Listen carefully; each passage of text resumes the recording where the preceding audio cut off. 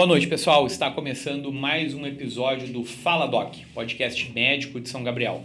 E hoje é o nosso 14º episódio. Infelizmente, hoje o Bina não pôde comparecer conosco aqui. Está com um pequeno problema de saúde, com gripe, enfim.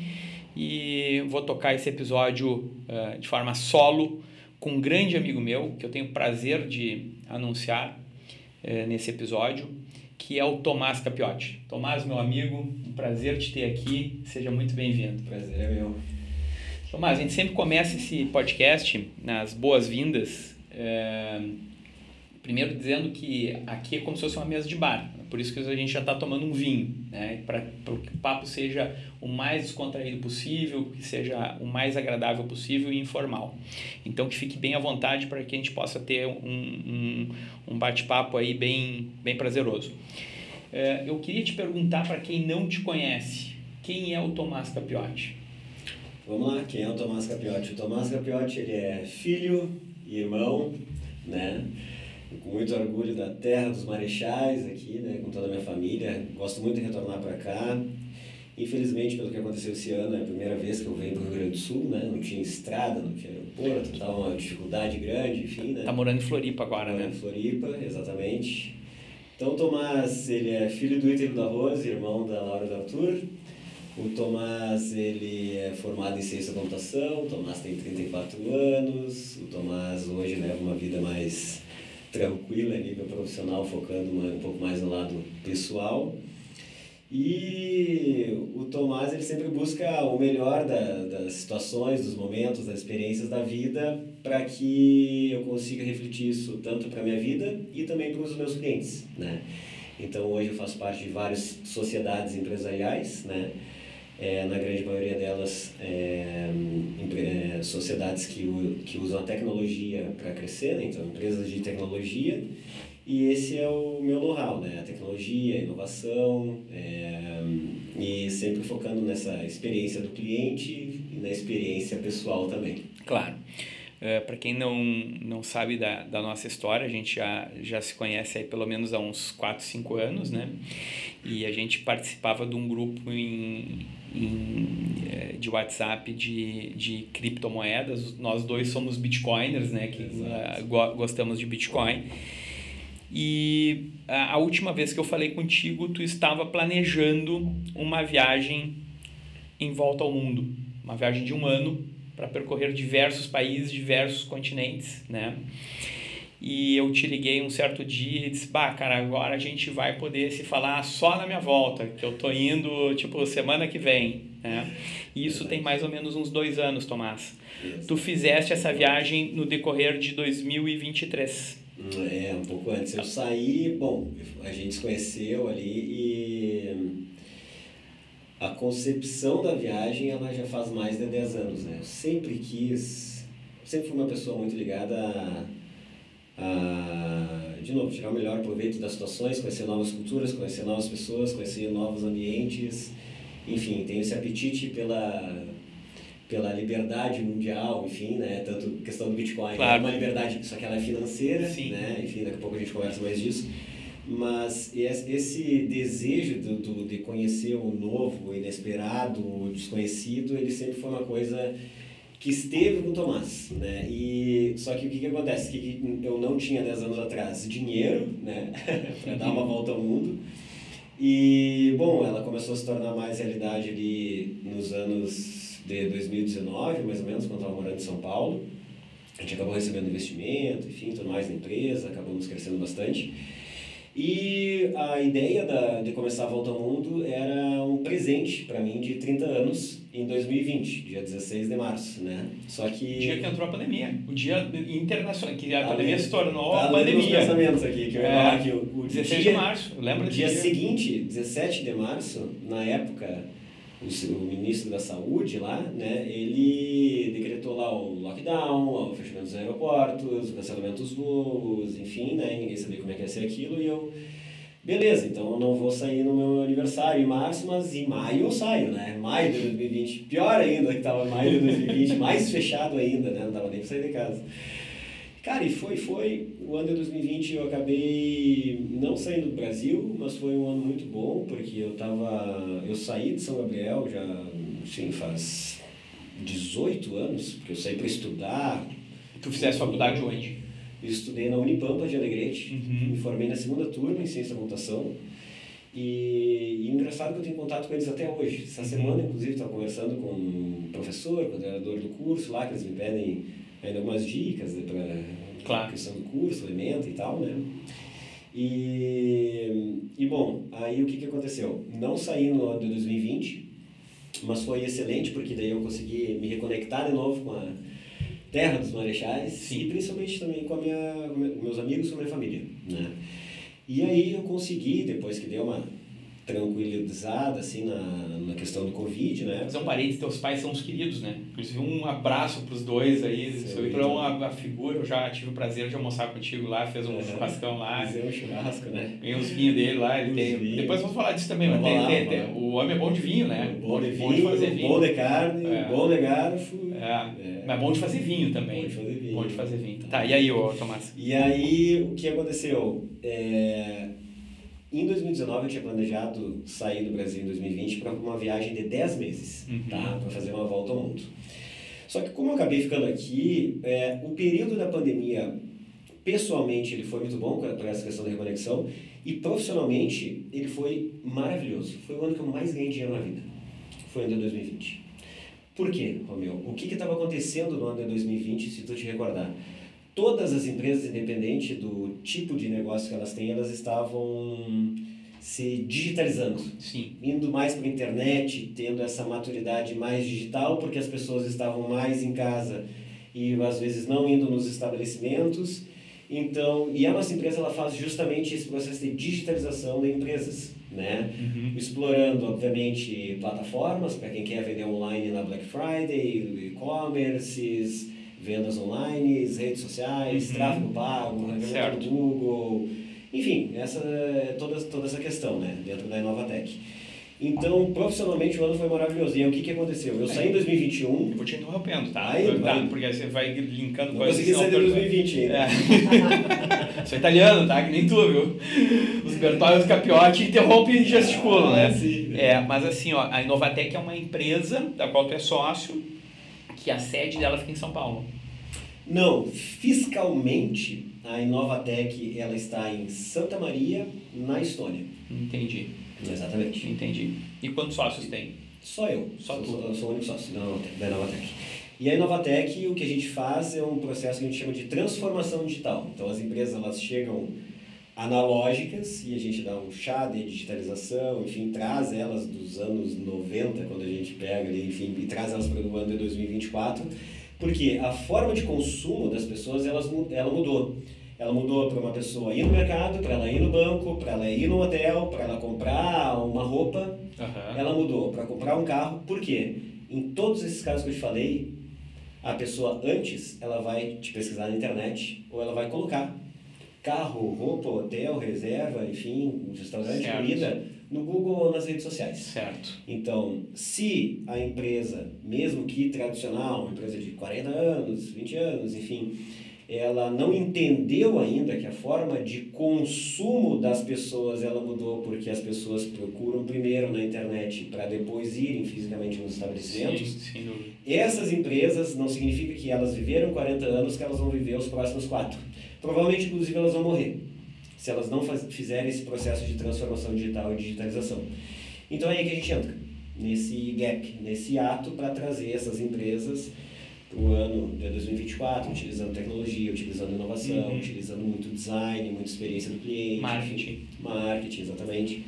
Para que elas consigam agregar valor aos seus serviços e estarem onde os clientes procuram elas.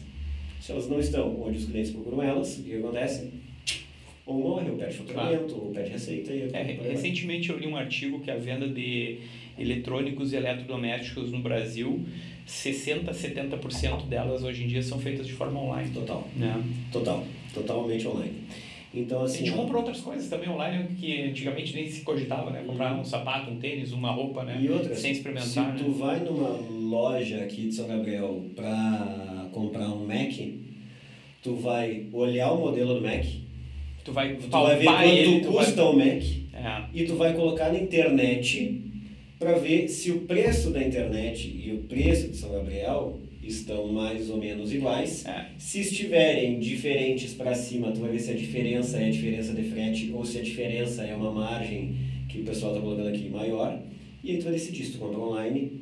O que eu vi nessa reportagem, depois você até procura o link, ele pode te encaminhar, é que as pessoas elas acabam indo ao shopping, acabam indo às lojas para palpar o produto, literalmente palpar, para tocar, para ter o contato, para ver se a funcionalidade é boa, e acabam optando por comprar online porque é bem mais barato e tem a comodidade de entregar em casa, enfim, né? Tu quer o melhor exemplo disso?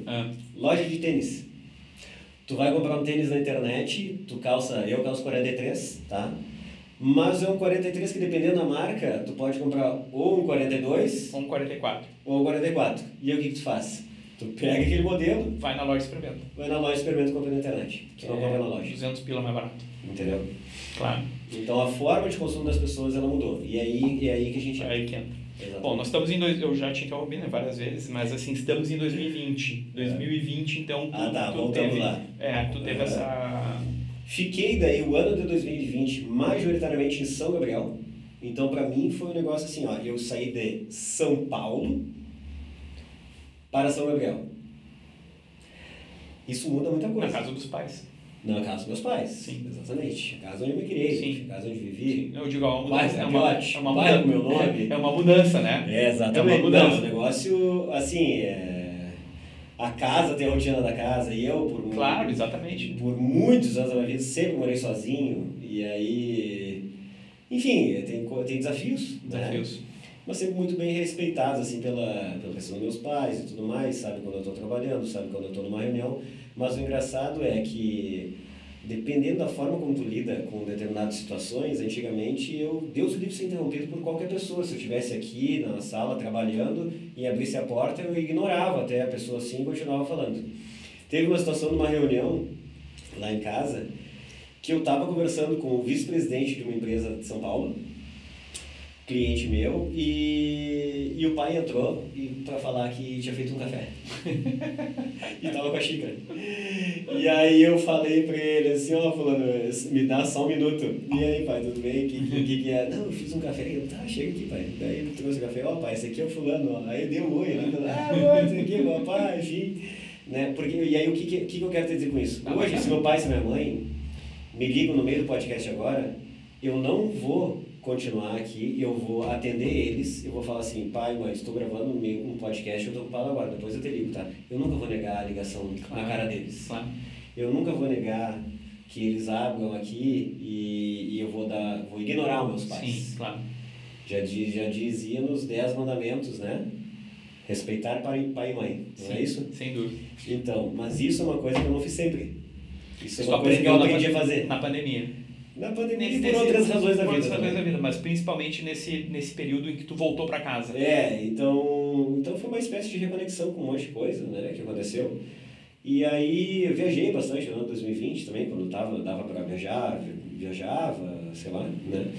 E aí o que aconteceu? A minha viagem ela foi sendo postergada, e eu saí do Brasil em 2021, voltei 15 meses depois, em 2023. Então não foram 12, foram 15. Então eram 10 para 15, então eu tive um pequeno erro, né, uma margem de erro de só 50% na viagem. Tipo Datafolha.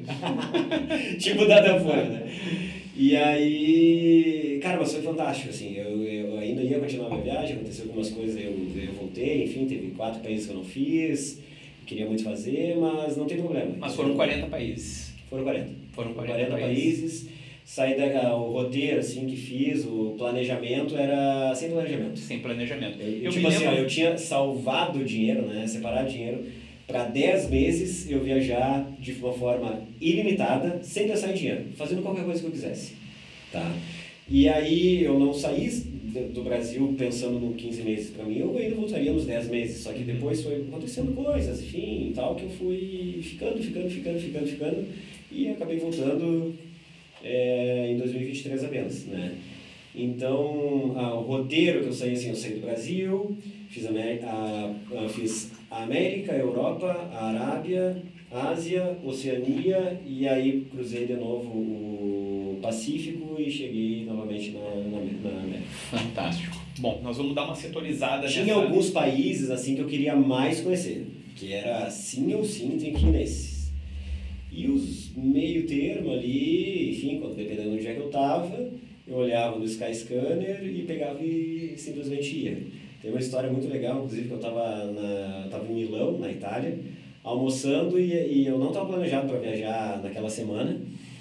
E eu fui só dar uma olhada no Skyscanner, como é que tava, assim, enfim, de preços, viagens, países que eu não tinha conhecido ainda. Sim. E eu tava almoçando. Às 5 da tarde eu tava entrando num voo. Que eu comprei um voo para Edimburgo e fui parar na Escócia, de Milão.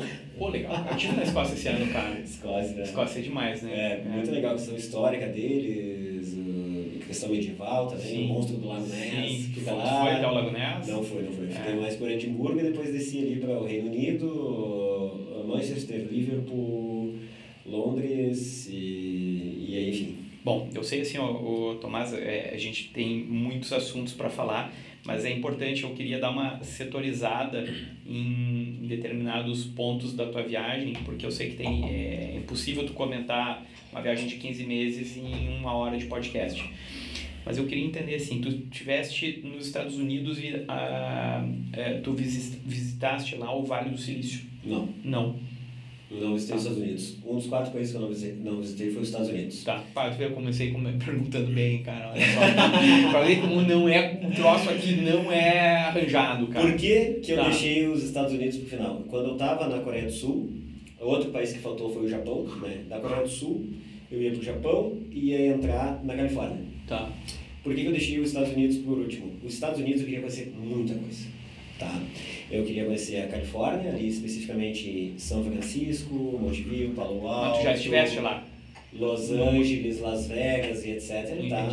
Aí depois eu queria fazer o meio ali de Dallas, que são os nossos investidores e tudo mais, queria conhecer Seattle, a sede da Microsoft, tudo mais, Seattle, enfim, Texas, Austin, enfim. E depois eu fazer o leste.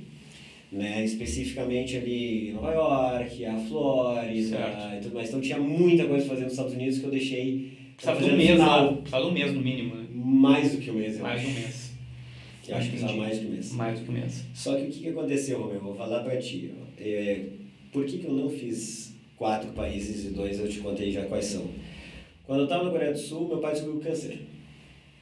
E eu vi que chega, eu estava cansado já da volta ao mundo também e, de novo, tinha que retornar para a terrinha. Eu não sabia disso. Câncer de que era um início no câncer de pele, depois teve outras coisas, problemas, enfim. Né? E aí eu estou 1 ano e meio longe da família, quer saber? Deixa eu voltar. Tá, e aí o preço de voltar, eu vou saindo um pouco da questão saúde, enfim, né? O preço de voltar para casa lá da Coreia do Sul, ele tinha 2 preços, tá? Eu coloquei assim, ó, como eu saio da Coreia do Sul e eu chego da forma mais rápida no Brasil? Me custava $550, tá? Barato. Que eu tinha que sair da Coreia do Sul, né? Passar em Dubai, Etiópia, São Paulo e descia para Porto Alegre. Esse custava $550. Só que isso não é uma volta ao mundo. Eu fiz tudo isso aqui e depois eu voltava tudo isso aqui. Então, se eu fizesse isso aqui, eu tinha que fazer isso aqui para terminar a volta ao mundo. Então, a maior história da minha vida seria uma mentira. Né? Então, eu paguei $2.500 para atravessar o Pacífico. De que forma? Eu paguei $1.000 de Seul, Coreia do Sul, para Auckland, Nova Zelândia. Fiquei alguns dias em Auckland e eu paguei $1.500 de Auckland para Santiago do Chile. E aí, tecnicamente, eu já tinha feito uma volta ao mundo, porque eu já tinha, alguma vez na vida, estado em Santiago do Chile. E eu gravei um vídeo lá. Então, o preço de eu estar te contando que não foi uma viagem pelo mundo, e sim uma volta ao mundo, teve uma diferença financeira bem relevante. Entendeu? Entendo. A gente fala até em números, assim, que foi a diferença de $500 para $2.500. Claro. Que eu paguei pra te contar que foi uma volta. Mas eu acho que foi... Não uma viagem por aí. É um dinheiro muito bem investido, né? Porque foi fantástico. Porque tu acabou coroando essa viagem com o nome de Volta ao Mundo. Né? Exatamente. E que era o plano inicial. O plano inicial. Então, não era uma viagem por aí. Tá. Viagem pelo mundo, né? Então, assim, como a gente não tem nada combinado, eu já comecei perguntando nos Estados Unidos, que foi um dos únicos países que ele não visitou, né? Mas eu posso responder várias coisas que eu estudo nos Estados Unidos. Mas deixa eu te perguntar assim, então, o que te surpreendeu mais nesta viagem? O que foi Muita coisa, eu preciso que tu me passe uma perspectiva. Tá. Sobre qual ótica? Tecnologia. Tecnologia, especificamente Estônia e Singapura. Por quê? Ambos países, top 1 e top 2 no mundo, com o maior número de startups per capita. Todos os processos são digitais e se tu quiser abrir uma empresa hoje em Singapura, dependendo do que tipo de empresa seja, eles te dão $80 mil para te abrir o teu negócio lá. Porque eles querem ser reconhecidos como o gateway do teu negócio para entrar na Ásia. Tá? Outras, a nível de questão tecnológica, eu gostei muito, especificamente da área de saúde, lá na Alemanha, eles têm um lugar lá chamado Medical Valley, apenas com health techs. O que é uma health tech? É uma startup do setor da saúde. O que é uma startup? É uma empresa de tecnologia. Então, uma empresa de tecnologia focada na saúde se chama health tech. Assim como as fintechs, né? Fintech tem o Nubank, enfim, que é mais famoso. Claro. Só para fazer uma alusão para o pessoal da audiência. Teve também em Barcelona, participei do Europa Startup Summit, foi sensacional, né? Foi muito bacana assim, conhecer tudo que o pessoal está falando fora, até para entender os movimentos que eles fazem lá e comparar, fazer um cruzamento, contraste com o que a gente faz aqui no Brasil. Teve o Green Asset Summit, cara, teve vários eventos que eu participei, assim, também Londres, que é uma capital financeira, Zurique, eu participei de um evento focado em fintechs. Zurique tem a fama de ser o paraíso fiscal, né? Sim, de levar dinheiro para lá, o pessoal não precisa saber a procedência. E lá eu participei de um evento focado em fintechs, acho que foi Fintech Summit, não lembro o nome agora. Mas também foi fantástico, assim, um monte de investidores super qualificados, com grana assim, ó, não vou dizer que grana infinita, porque grana infinita o pessoal hoje tem lá no Emirados Árabes. Lá ela é grana infinita. A Dubai também, a nível de tecnologia, Dubai, maravilhoso. Quantidade, eles estão fomentando muito também a nível de redução de impostos, para que tu leve startups lá, principalmente startups que tem a ver com Web3, né, que é a nova onda da web agora também. O que seria o Web3? Web3 é a web que o pessoal fala que é a nova revolução, né? Web 2 é tudo que a maioria dos usuários conhece hoje acessando o navegador e a internet. A Web 3 ela é um pouco mais descentralizada, ela tem a ver com criptomoedas, ela tem a ver com metaverso, ela tem a ver com DeFi, né? Que é finanças descentralizadas e ela dá um pouco mais do senso de comunidade ao invés de centralização em uma única tipo de empresa. Enfim, tem as DAO, né? Conhece as DAO? Sim. Que são organizações descentralizadas. Então hoje, por exemplo... Inclusive, eu acho que tem uma criptomoeda da DAO. Tem criptomoeda e tem um banco. Por exemplo, assim, ó, tem um banco hoje DAO, o que é um banco DAO? Tá? Depois vocês pesquisem a sigla, DAO. É um banco que não tem um dono, né? Então, ou seja, tu consegue fazer todos os serviços de banco, ou seja, tirar um empréstimo, enviar dinheiro para outra pessoa, abrir uma conta e etc. Tu não vai ter um gerente de conta, tá?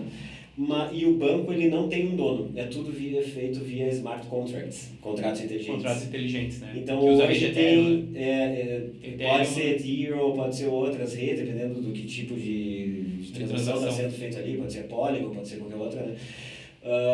Mas hoje tem vários tipos de negócio que são DAO. Então imagina assim, tu hoje tu é dono de uma clínica, que tu é dono. Agora tu imagina tu ir consultar uma clínica que não tem dono e ela funcionar.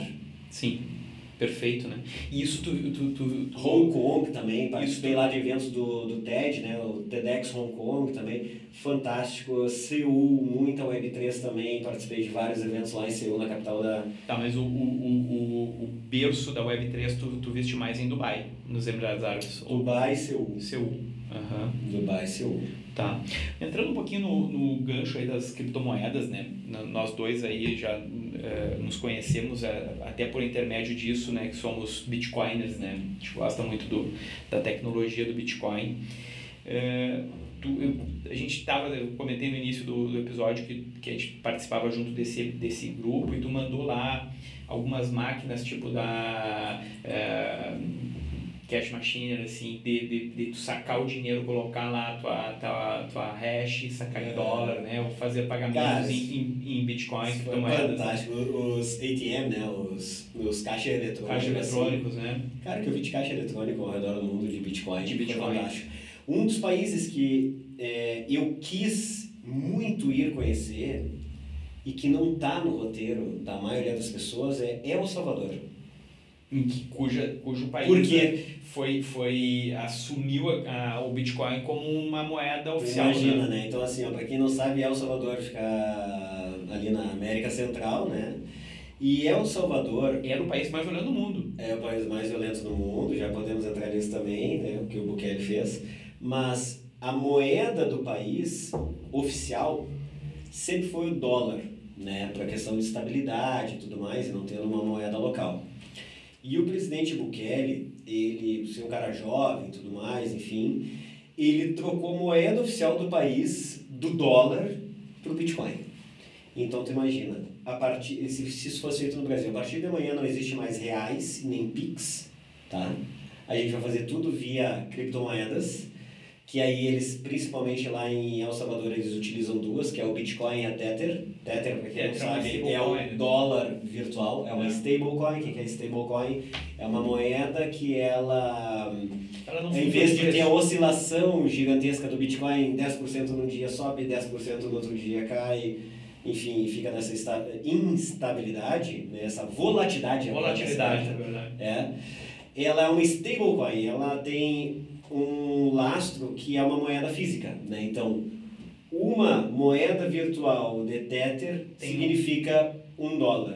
E o dólar, ele varia muito pouco, ou seja, ele é estável, né? Então, pessoas de El Salvador que não gostam de Bitcoin, elas continuam usando o dólar, só que o dólar virtual, através de uma wallet, que é o wallet é igual o Google Wallet, o Apple Wallet que tem no celular, só que lá se chama Chivo Wallet, né? O Chivo, C-I-H-V-O, Chivo Wallet, que tu tem mais, sei lá, 2.000, 4.000 ATMs de criptomoedas e tudo mais espalhados, e tudo tu faz pagando com Bitcoin. Então eu tenho fotos e tudo mais, andando em vários lugares, assim, o estacionamento tu paga em Bitcoin, um coco na praia tu paga com Bitcoin, o hotel tu paga com Bitcoin, o McDonald's falava assim, a hora e puedes pagar com Bitcoin em McDonald's. Pô, legal, hein? Cara, o McDonald's, uma marca global. O Trump pagou esses tempos um hambúrguer ou uma cerveja.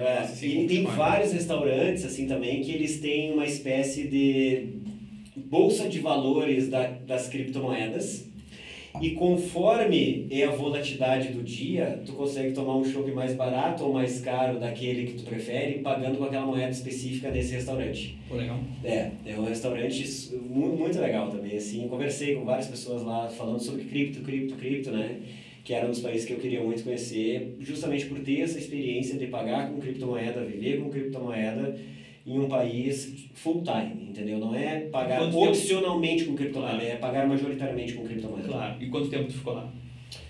Não me lembro. Mais ou menos, uma semana? 8 dias, acho. Bastante tempo. 8 dias. E aí eu fui para El Salvador, a capital é San Salvador, e eu fui para a praia que começou todo esse movimento lá, chamada El Zonte. Cara, e assim, o pessoal vive lá por qualidade de vida, vive para surfar, né? El Salvador é um excelente país para o negócio de surf. E, cara, fui visitar o que eu conseguia, eu fui fazendo, entendeu? Começou então na América do Sul, América Central, depois Europa. Depois eu entrei na Europa, aí comecei pela Irlanda e tudo mais, fui para Itália e... Fez toda a parte ocidental da Europa, leste europeu. Cara, da Europa, sei lá, eu acho que eu fiz uns 20 países. E aí tu desceu em direção a Dubai. Da Europa, quando eu saí da Europa, eu fui para Tel Aviv, em Israel, e depois eu fui para Dubai. Daí eu fui seguindo Ásia. Né? E o que tu achou de Israel? Cara, Israel é fantástico, né? Porque tu pode fazer um resgate cultural, religioso, histórico, enfim, tu tá vendo ali onde a lápide onde Jesus ficou deitado depois da cruz. Tu vai lá no como é que é o nome? No Western Wall, que é o Muro das Lamentações também. Tu consegue entrar onde, o pessoal conta na Bíblia, naquela caverna que Jesus Sim. ficou antes de ressuscitar, enfim, tu entra lá e é um local sagrado também. Tem a questão também religiosa, dos conflitos religiosos entre eles mesmos ali, porque dentro de Jerusalém, né, acontece que para todo o palestino que quer ir para Jerusalém, e por que um palestino quer ir para Jerusalém? De todas as mecas que se tem hoje muçulmanas, a mais importante delas fica em Israel. A segunda mais importante fica na Arábia Saudita, acho que é Riad, a capital, e aí por aí vai, né? Só que a Palestina hoje, os palestinos hoje, o pessoal da Jordânia que quer entrar em Israel, eles só conseguem entrar em Israel mediante um cadastro, trazendo um dinheiro suficiente para poder voltar para casa. E se eles vêm aos domingos para rezar e tudo mais, para contemplar ali no templo deles, tem todas umas regras que eles têm que seguir, entendeu? Então tu vê muito, assim, tem a questão de Jerusalém também, que tem hotéis que falam lá assim, ó, não é apenas casais, é apenas para pessoas casadas. Namorando não pode. Não pode. Entendeu?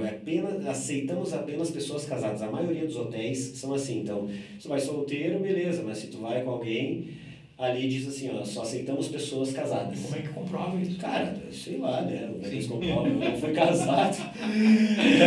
Né? E aí, enfim, eles perguntam, sei lá, na recepção, porque diz bem grande, assim, só aceitamos pessoas casadas, né? E festa, imagina, zoeira, né?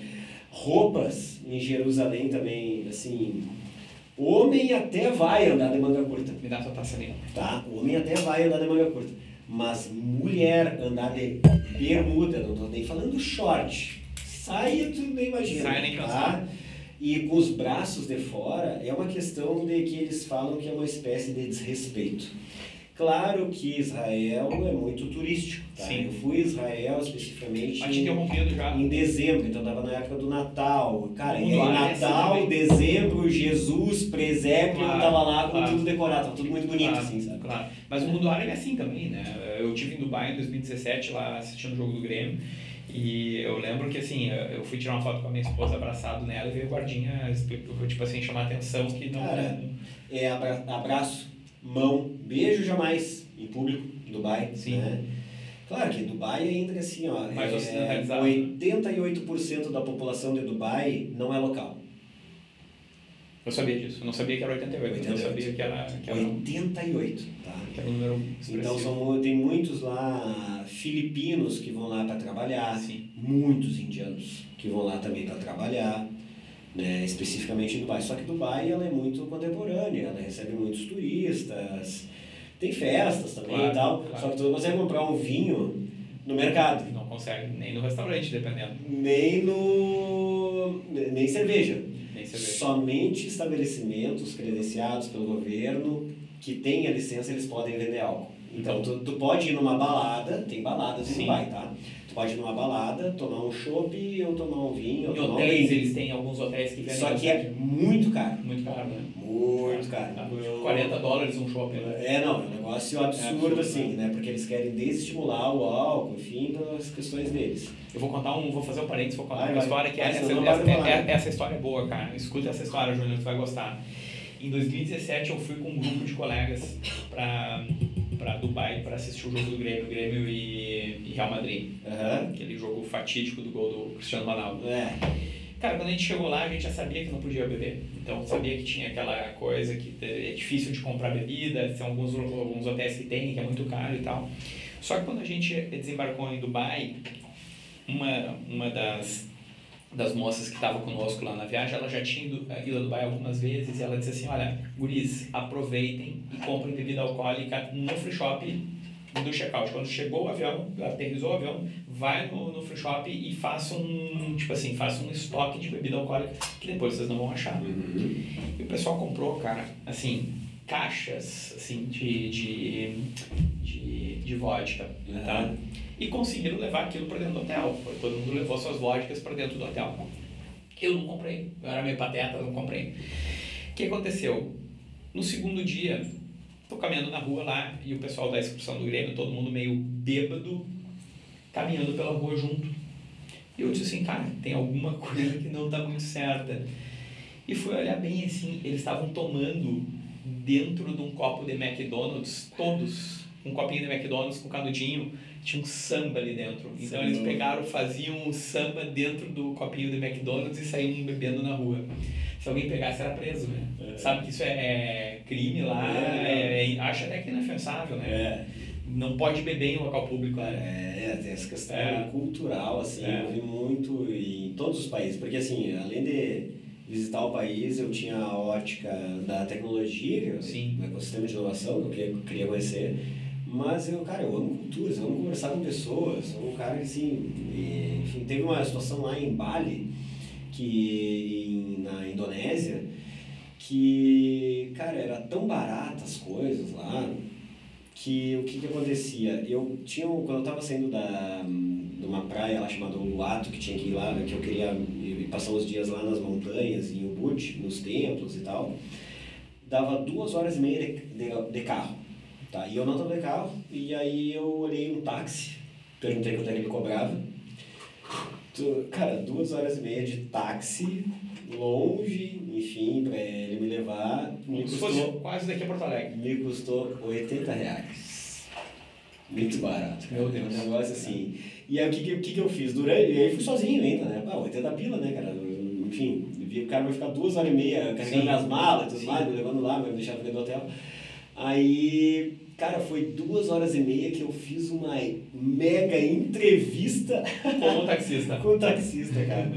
Perguntando para ele, assim, ó, coisas da educação da Indonésia, o que é religião para ele, o que ele acredita, quais são os valores que eles passam para os filhos, o que tributos eles fazem aos deuses, quantos deuses, que deuses são, deuses do bem, deuses do mal, eles fazem tributo para vários deuses, né? Os deuses do bem estão mais perto da montanha, dos vulcões, os deuses do mal eles falam que estão mais perto do mar. Então, e eles fazem tributo para os dois, porque eles dizem que tu viver em harmonia significa uma harmonia para a tua vida, para te ter prosperidade, sabedoria, para te conseguir os teus objetivos e crescer, proteção, enfim, tudo mais, né? Perguntei sobre alimentação, perguntei de tudo, cara, assim, tudo posso imaginar, eu fui perguntando para ele, entendeu? E a relação do dinheiro, perguntei o que ele achava do Brasil, perguntei qual era a percepção dele, perguntei tudo que eu podia perguntar, eu fui perguntando assim, né? E ainda que ele não soubesse falar muito bem inglês, cara, ele é esforçado, entendeu? Eu tentava falar, e aí eu ajudava ele, e aí o importante na comunicação não é tu saber falar fluente, é tu entender e ser entendido. Ser entendido, ponto. Basta. Perfeito. Basta bem italiano, né? Tu fala inglês fluentemente, né? Que eu sei, e tu fala quantos outros idiomas? Vamos lá. Fluente português, espanhol, inglês e italiano. Um pouquinho de polonês, em função da minha mãe, do meu sobrenome do meio, para quem não sabe, é Jaskulski, Tomás Jaskulski Capiotti. E o sexto é gauchês, né? Gauchês, é o idioma também, não é? O tá. Aí umas palavrinhas pequenas em outros idiomas, né? Tipo, Ishpoli ou Morfê em grego e Ausgang em alemão. Tem algumas outras coisas. Tu sabe que eu fiquei na Alemanha 4 meses aproximadamente. Durante a faculdade eu fiz um programa de intercâmbio lá. Estava no 5º ano da faculdade, eu fiz praticamente um semestre na Alemanha. E, cara, foi um período muito bom de aprendizado do inglês. E porque, assim, eles falavam inglês standard, né? Então, o alemão, normalmente, ele fala um inglês correto, fala bem, até porque são línguas germânicas, são línguas parecidas, né? Isso, o inglês diz que é muito parecido com o alemão, é muito parecido com o inglês, né? Good morning. Exatamente, né? Então, assim, eu aprendi muito inglês em 4 meses lá. Eu treinei bastante o inglês, enfim, mas eu aprendi zero praticamente em alemão, porque eles queriam falar inglês comigo e eu queria treinar o meu inglês, na verdade, eu não me esforçava muito para aprender, né? Sim. Eu te falo isso porque nesse período todo, assim, em algum momento tu teve muita dificuldade de comunicação, assim, em alguns Cara, pontos mais remotos?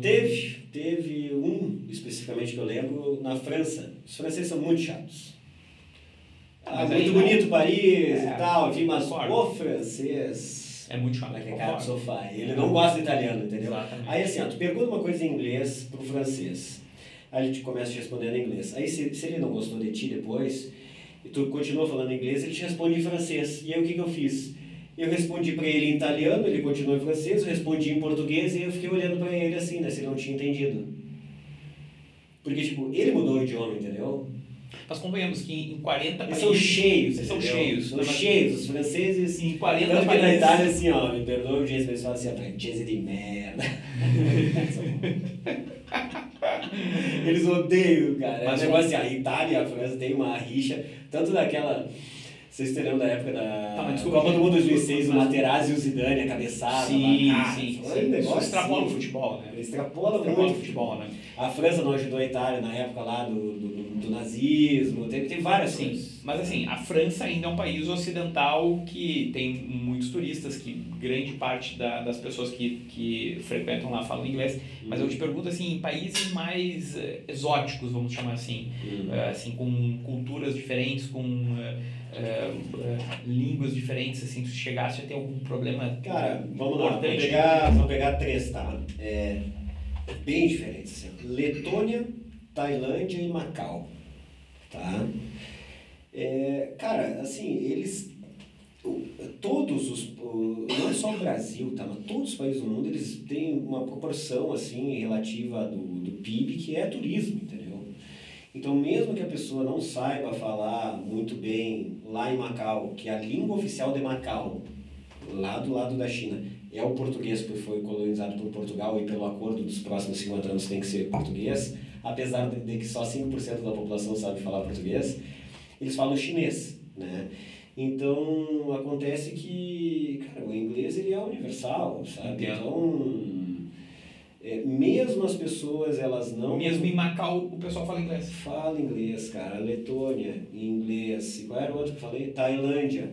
Cara, a Tailândia, assim, ó, foi um dos países mais bonitos que eu visitei, a Tailândia. As praias paradisíacas e tudo mais.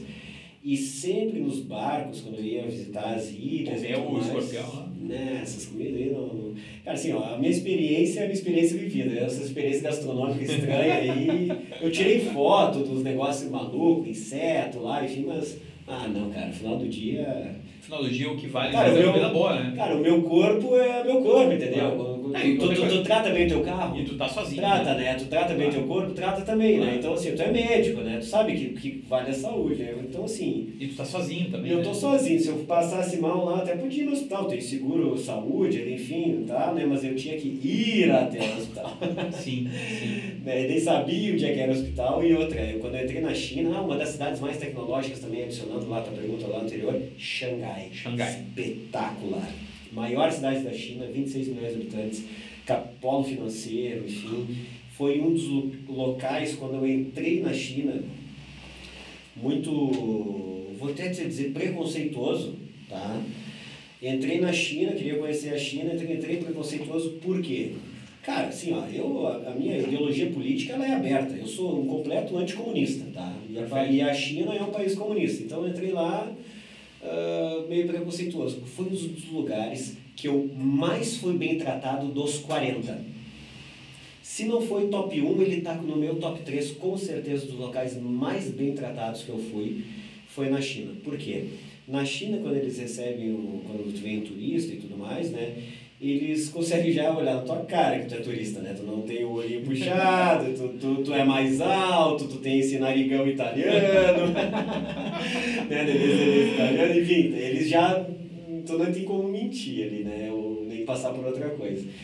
E assim, ó, teve uma situação no metrô e outra no aeroporto. A do metrô era o seguinte, eu tinha que pagar lá 50 centavos para andar de metrô, para ir de um lugar a outro, tá? Só que lá eles não aceitam, cara, as formas de pagamento ocidentais, que são que Visa e Mastercard. Cara, pra mim isso é global. Pelo amor de Deus. Tem, um negócio absurdo. Eles aceitam o quê? O WeChat, o Alipay, enfim, esses aplicativos deles lá, entendeu? Cara, eu tava penando, ele não conseguia pagar aquele negócio lá, tava dando problema, enfim, não saía, não vinha, não dava certa passagem.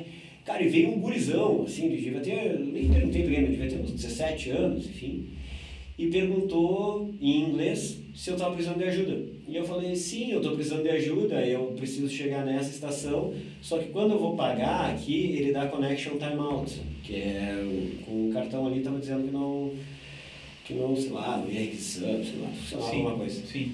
Cara, ele pegou, não, entendi. E assim, bem solícito, assim, né? Pegou e foi lá, ele pegou e fez um negocinho e tirou o ticket, tá aqui pra ti, ó. Bem sorridente. Tá aqui o ticket. E ficou sorrindo. Pô, legal, hein? E eu assim, cara, muito obrigado e tal, enfim. Aí eu olhei assim ao redor e tinha uma barraquinha de vendas de coisas assim, de metrô, entendeu? Sim, comidas, comida, tal, chocolate, essas coisas assim. E eu falei assim pra ele, eu convidei ele pra ir ali pra pegar qualquer coisa que ele quisesse pra agradecer pra ele. Sim. Né? Que vou dizer, 50 centavos, mas eu não tava conseguindo andar no metrô, que valia muito mais do que 50 centavos pra mim. Com certeza. E aí ele falou, não precisa. E eu perguntei, mas como é que eu te pago? Eu posso te mandar dinheiro de alguma forma? Por Bitcoin, enfim, de qualquer jeito? E ele falou assim, não precisa. Welcome to China. Esse Welcome to China eu escutei no metrô, que ele me ajudou, eu escutei no aeroporto, que tive outro perrengue similar, eu escutei no restaurante, eu escutei... Hotel. Cara, assim, ó, tudo. Welcome to China, welcome to China, welcome to China. Pô, que bacana, hein? E o comunismo, e aí eu voltando à parte do preconceito e à ideologia, na China ela tem uma política comunista para a população, mas para as empresas ela é liberal. Ela é capitalista. Capitalista, né? Se não... Por isso que Xangai... Não teria todo aquele crescimento gigantesco. Né?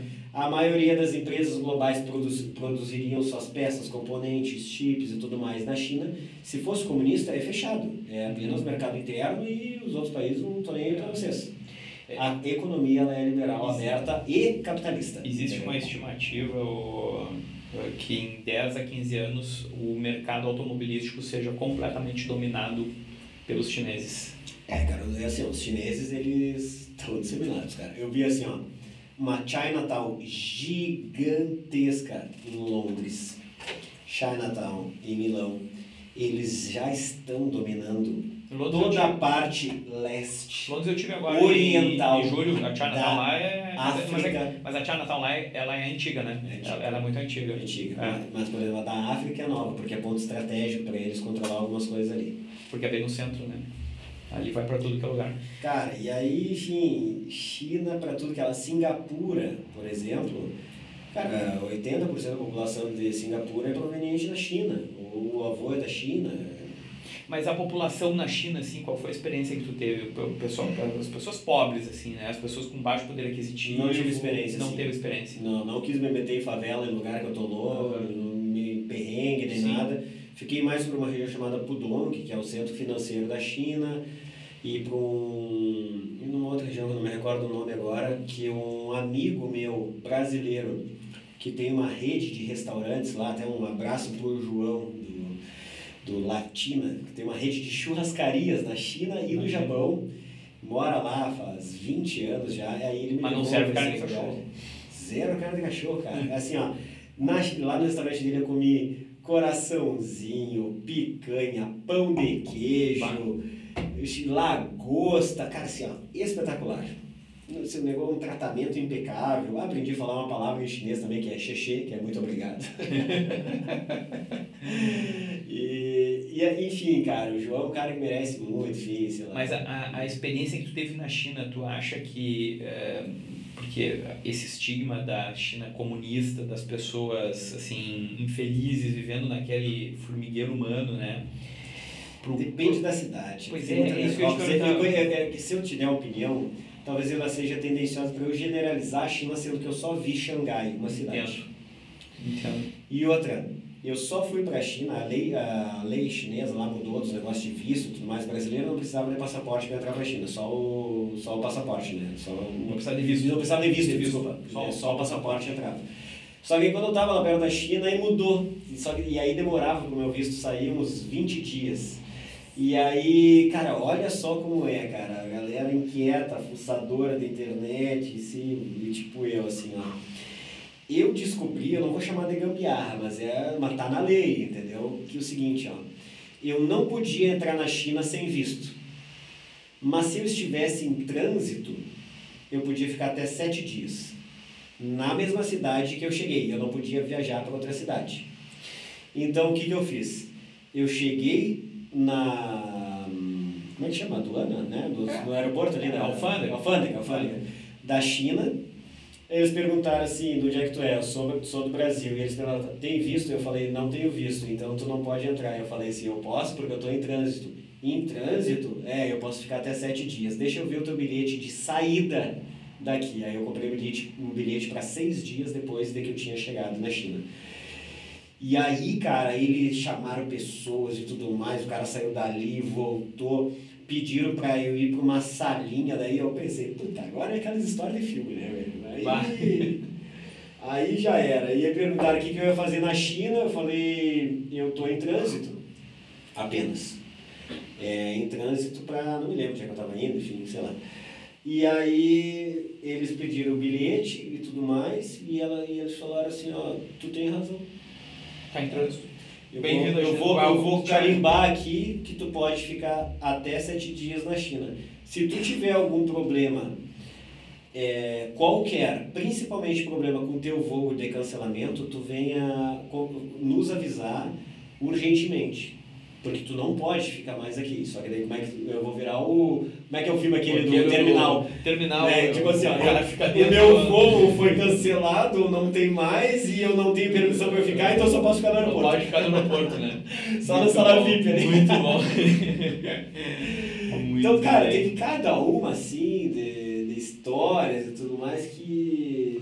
Tomás, e certamente tu fez muito networking, assim, conseguiu fazer amigos nesse período todo, amigos assim um monte de amigos, cara. Se eu posto no Instagram e tudo mais, e tem vários amigos que me respondem ali, enfim, de vários lugares.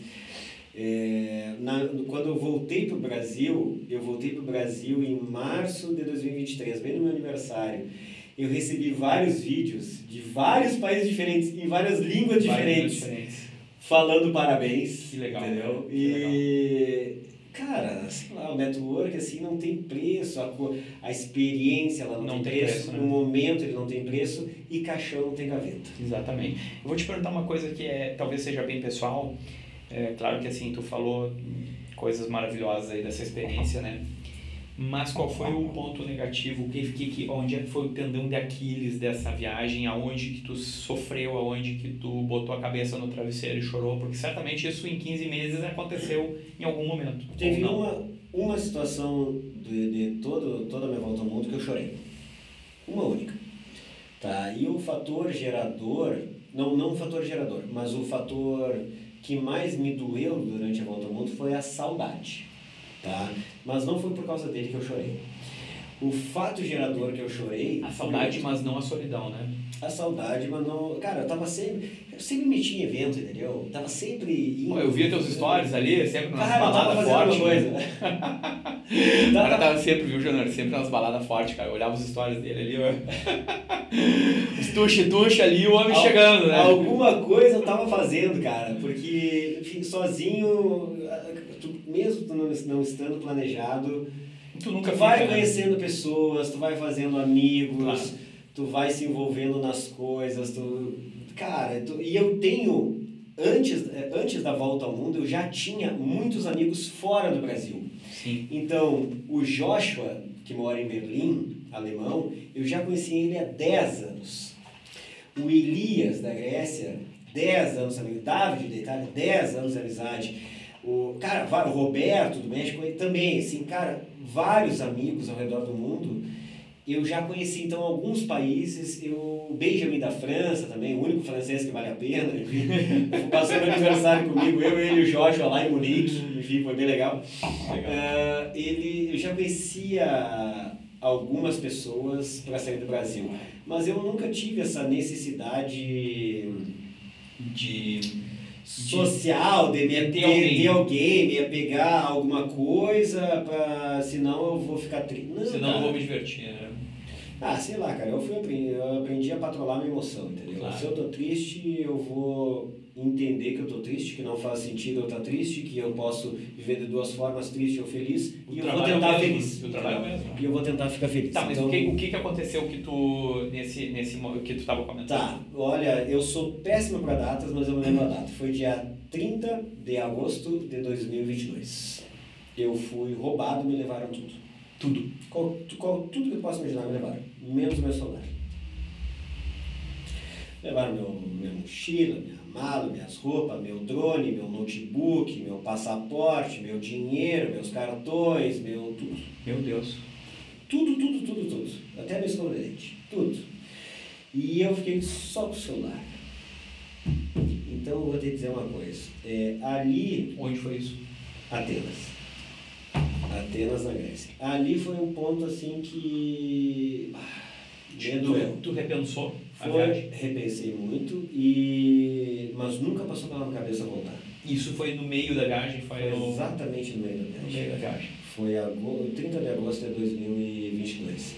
E ali naquele momento, cara, aquilo foi um soco no estômago, assim, ó, eu tive um prejuízo somando tudo, assim, tinha a correntinha de ouro do meu avô, meu avô, ele faleceu durante a minha volta ao mundo e eu não consegui voltar, obviamente, né, pra ter, assim. E o meu avô tinha me dado uma correntinha de ouro, cara, que também foi embora, enfim, cara, deu uns 8 mil, 9 mil dólares, mais ou menos, assim, uns 40, 50 mil reais, mais ou menos. De prejuízo. Mas não é o dinheiro, né? Cara, não é o dinheiro, entendeu? Só que assim, aí eu comecei a olhar por uma outra ótica, tá? É que é o seguinte, ó.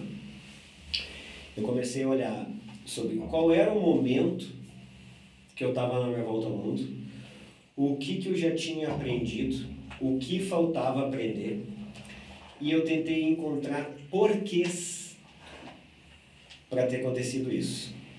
E eu encontrei um porquê que ele é bem intangível, tá? Eu nem sei se isso acontece, mas Deus não coloca um peso maior nas tuas costas que Ele sabe que tu pode carregar, tá? E aquele foi um momento para mim que foi de extremo aprendizado, porque assim, ó, eu estava fazendo a minha volta ao mundo, até chegar à metade dela ali, enfim, em Atenas, na Grécia, de uma forma, tá? E não valorizando tanto quanto deveria a oportunidade e a realização de um sonho que era, cara, tirar um tempo sabático para dar uma volta ao mundo, né? Então, outras vezes na vida eu vou fazer isso, sei lá, talvez nenhuma ou uma, enfim. E quantas pessoas querem fazer isso e não fazem, e eu estava tendo aquela oportunidade e eu não estava, talvez a palavra seja valorizando aquela experiência. Valorizando na medida certa, né? Na medida certa. Na medida certa. A partir daquilo ali eu tive uns 15 dias introspectivo, que foi aí quando eu chorei, tá? E eu só chorei, não comigo mesmo e sozinho, eu chorei contando para alguém. Depois de ter acontecido o fato, eu não falei para minha família nem nada, até porque eu só ia gerar preocupação, eles não iam poder fazer nada, e eu ficar preocupado e não ia acontecer nada. Tá? Eu só ia gerar um negativo. Eu contei para eles 15 dias depois. Depois de tudo resolvido. Depois os cartões, depois tudo resolvido. Passaporte. E aí, quando eu contei, eu estava contando, externalizando, daí sim, aí teve essa parte que eu também não sou muito de chorar, enfim, mas daí, cara, foi meio difícil assim falar, entendeu? Muito mais, não sobre o fato material, enfim, mas sim sobre a situação. A situação, com certeza. E aí, o que aconteceu? Todo o resto da minha volta ao mundo, eu fiz ela de uma forma diferente. Porque assim como eu te falei a frase do peso nas costas, tem uma outra que eu quero te dizer, que é o seguinte, ó. Deus não coloca peso nas costas maior do que aquilo que tu possa suportar. E talvez toda aquela carga que tinha na minha mochila, com aquele monte de coisas que eu estava dando a volta ao mundo, eu estivesse carregando uma carga que não necessariamente eu precisaria. Com certeza. Isso tu pode fazer uma analogia intangível, tá? Não é ao físico que está dentro da mala. É que tu está carregando um peso nas costas maior do que tu necessita carregar. E aí tu pode entender isso hoje, talvez até com uma emoção que tu, Romeu, possa estar vivendo com a tua família, sei lá, de qualquer tipo de fato, de que algo está acontecendo que tu não merece passar. algo está acontecendo que tu não merece carregar, ou no teu trabalho também, que tem nada a ver com a tua família, enfim, você tem um exemplo, né? Então, todo o resto da minha viagem foi mais leve. Eu mudei o mindset e foi completamente outro. Mudei o mindset, enfim. No mesmo dia ali do fato, eu fui fazer um boletim de ocorrência lá na Grécia, explicando em inglês e o cara escrevendo em grego. E aí eu tive que pegar o boletim de ocorrência dele com o alfabeto grego e eu não entendia bolhufas daquilo, botei o Google Lens ali para ver mais ou menos e porque eu tive que fazer o boletim de ocorrência porque eu precisava do passaporte, senão eu não conseguia viajar, eu não tinha nenhum documento mais junto comigo. E como é que tu emitiu esse passaporte? Consulado? Liguei pro consulado do Brasil, aí eu tirei o chapéu dos caras. Isso aconteceu, sei lá, de tarde, dia 30. No dia seguinte, 10 horas da manhã, eu cheguei no consulado, me deram uma guia para pagar de 132 euros. Mas 11 horas da manhã, o meu passaporte já estava no celular. Tu tinha cartão ali, os cartões virtuais ali. Era a única forma que eu tinha como pagar. E os taxistas que eu precisava andar, eles não aceitam pagamento em cartão. Só no Pix deles, entendeu? Então, isso foi outra coisa, assim, eu expliquei, chamei o taxista, expliquei para aquela situação, cara, acabei de ser roubado, eu preciso ir na polícia para fazer um boletim de ocorrência. Nem sabia como é que sabe falar boletim de ocorrência em inglês, mas eu falei que precisava registrar uma ocorrência, né? E aí ele falou, e eu perguntei, quanto dá daqui até lá? Sei lá, 15 euros. Tá bom. Assim, eu não tenho euros em cash para te dar. Mas eu posso te pagar de uma outra forma. Eu vou te pagar 20 euros, só que no caminho tu vai parar num posto de gasolina e eu vou pagar com meu celular por aproximação, porque ele não aceitava, não tinha maquininha, e eu vou pagar 20 euros em gasolina pro teu carro. Pode ser? Não, não pode ser. Não pode ser, até que um aceitou. Então assim, que dificuldade, né? Cara, tu tem que pensar, é que eu sou empreendedor, eu penso em formas criativas para tentar solucionar as coisas. Se não, outra pessoa faria o quê? Eu só tenho como pagar por aproximação, porque eu não tenho mais o cartão físico. Já está caminhando lá até agora. Tá apenas até agora. Já está caminhando, né? Que loucura, né? E aí, enfim, a criatividade é uma coisa que ela é... Cara, nós brasileiros, a gente tem esse dom que se chama criatividade, que a gente chama de outra forma, chamada jeitinho brasileiro. Jeitinho brasileiro. Tá. O que eu fiz é o jeitinho brasileiro. Para fora, eles não entendem o que é jeitinho brasileiro. É a criatividade. Tá? Isso envolve, inclusive, a valorização dos programadores de software do Brasil, que são melhores do que outros países, como Estados Unidos, porque o programador de software do Brasil, ele foi criado no Brasil e ele conhece o jeitinho brasileiro. Entendo. Ele tem criatividade para solucionar e dar uma volta no problema e conseguir encontrar a solução. Enquanto outros programadores de software de outros países, que se dizem de primeiro mundo, eles demoram, param, são mais lentos e eles não chegam à mesma solução que o brasileiro chega. Então tem várias coisas que eu posso te contar disso, enfim, tudo mais, que tu pode pegar e fazer essas... Deixa eu te fazer uma pergunta. Nós estamos fechando uma hora de programa, Tomás, infelizmente que a gente tem um tempo mais curto, né? Mas assim, tem muita coisa que eu ainda quero conversar contigo, então vou tentar sintetizar. Tu te espiritualizou no decorrer dessa viagem a partir desse episódio em Atenas? Bastante. Eu tenho hoje meus amuletos, digamos assim, e eu não consigo me colocar dentro de uma única religião, tá?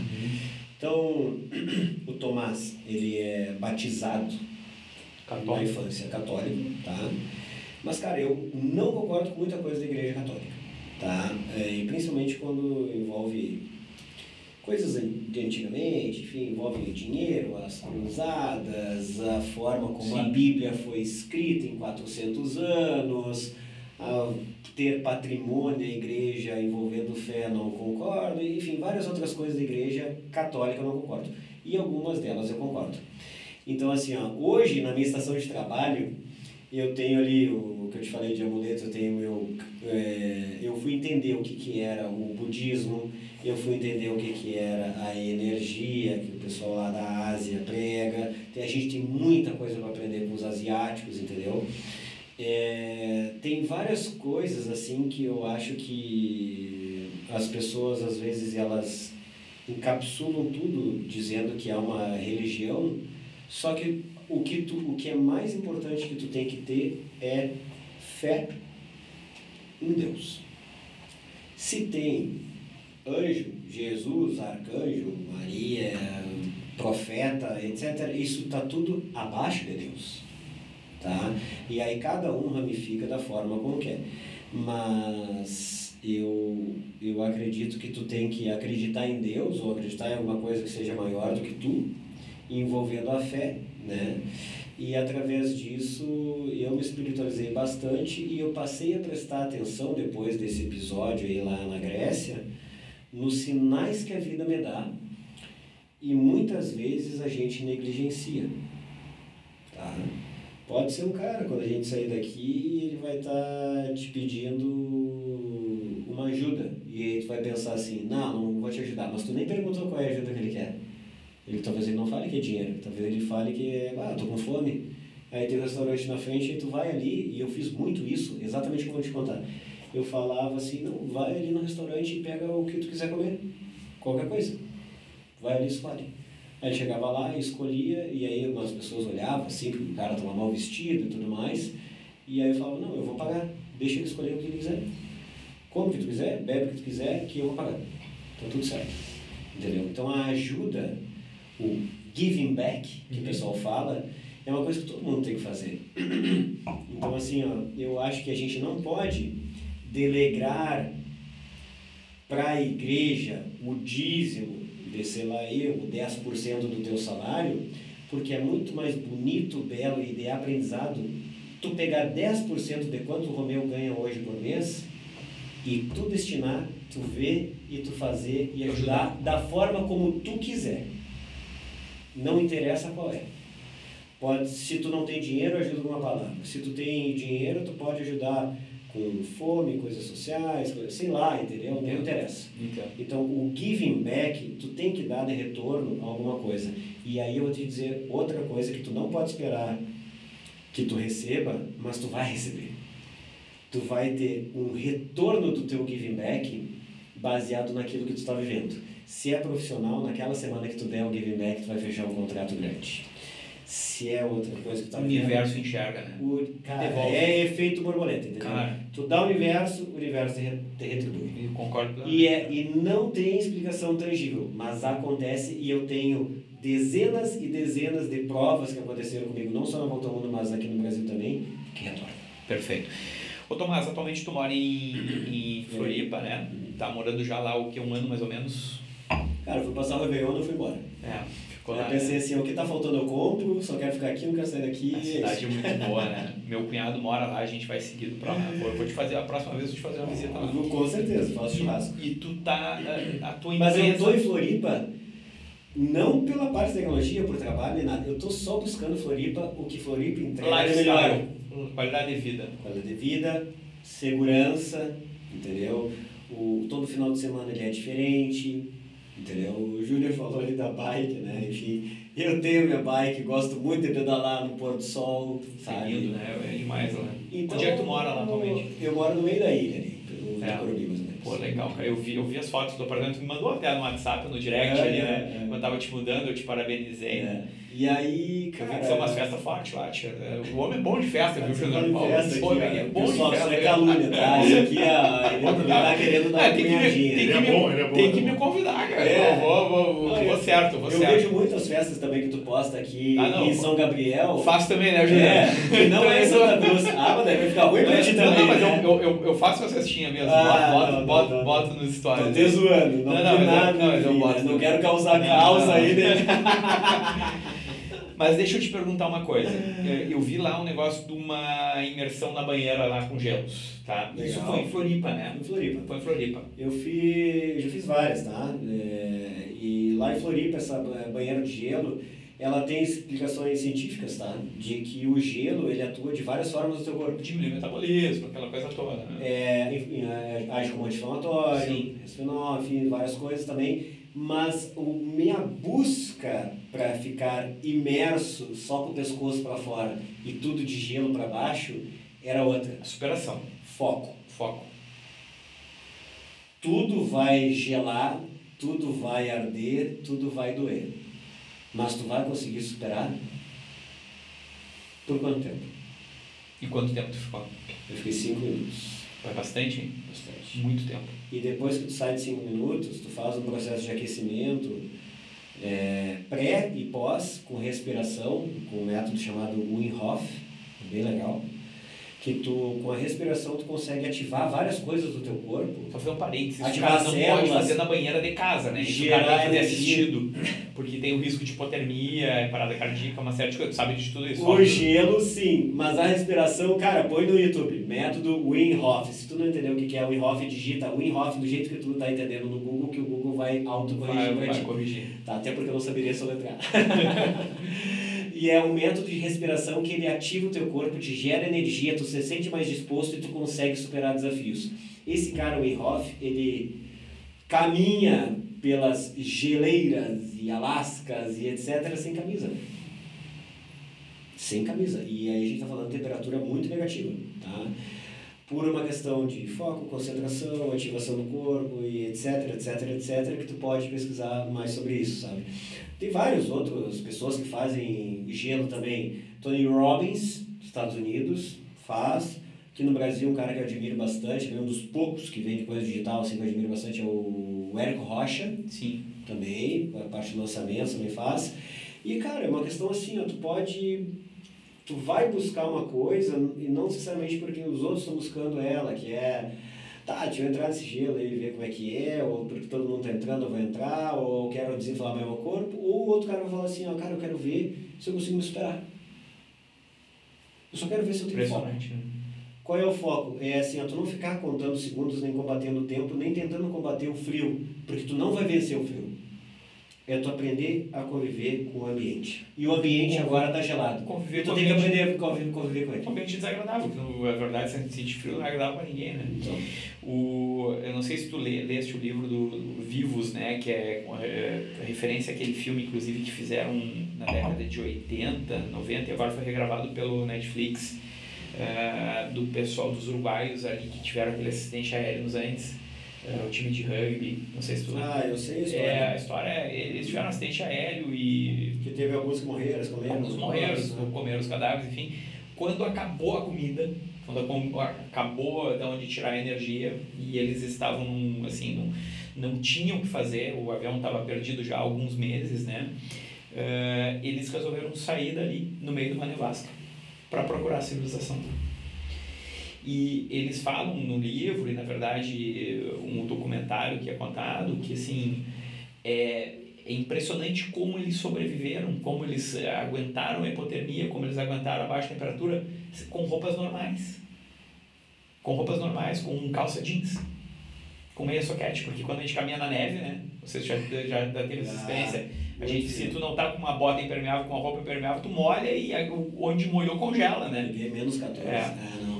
Então, assim, é impressionante, isso que eu queria te falar, que é a superação do frio e a superação de situações adversas, né? E tu vai ver que hoje, enfim, depois da situação, sei lá, né, que passou, com certeza se tornaram pessoas mais fortes. Porque, de novo, o peso que estava nas costas deles, que era pesadíssimo, eles conseguiram carregar.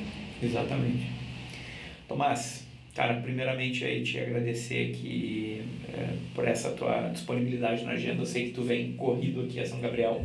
Eu não consegui fazer nas últimas 2 semanas, aí nós tínhamos meio que combinado, né? E teve a questão aí dos prefeitos, os candidatos a prefeitos de Santa Margarida, que a gente tinha que gravar. Uhum. Mas te agradecer enormemente, cara. Uma pena o Bina não tá aqui, né? Tá com esse problema de saúde, enfim, hoje. Mas foi um papo muito agradável, de muito crescimento, cara, de muito conhecimento aí que tu agrega a mim, agrega aos nossos seguidores aí do Fala Doc. Te desejar todo sucesso, cara, pela frente aí. Tu é um cara já brilhante e que o mundo, eu tenho certeza, só vai abrir portas para ti cada vez mais. Muito obrigado mesmo, irmão, que assim, tu volte mais vezes a São Gabriel, que a gente possa sempre se juntar aí para trocar uma ideia, porque sempre é engrandecedor. Assim, ó, são raros os convites assim que eu aceito, e tu é um cara que eu admiro bastante também, aceitei porque foi tu que convidou, tá? E, cara, para mim é um privilégio compartilhar, enfim, conversar com a nossa audiência também, para compartilhar um pouco dessa experiência bonita que se teve, né? Ainda tem bastante lenha para queimar, muita coisa para acontecer, muito chão para andar, né? Mas, enfim, eu acho que a gente sempre pode fazer algo por alguém, ajudar alguém, e se o pessoal que viu aí o podcast, conseguir tirar alguma coisa disso para colocar nas suas vidas, saia daqui com o meu objetivo cumprido. Cara, muito obrigado. Pessoal, Júnior Carol, palmas. Lembrando que esse episódio ele é produzido pela JC Studios, né? E em breve estaremos migrando desse estúdio para um novo estúdio junto à nossa Voz Podcast. Vai ser um estúdio todo integrado, a equipe toda integrada lá, para que a gente possa angariar voos mais altos. Bina, infelizmente você não está aqui hoje, perdeu um baita bate-papo, mas tenho certeza que ele nos assistiu e depois vai olhar com carinho esse episódio. Pessoal, vamos encerrando aqui o 14º episódio, o podcast já engrenou. Um abraço, até a próxima.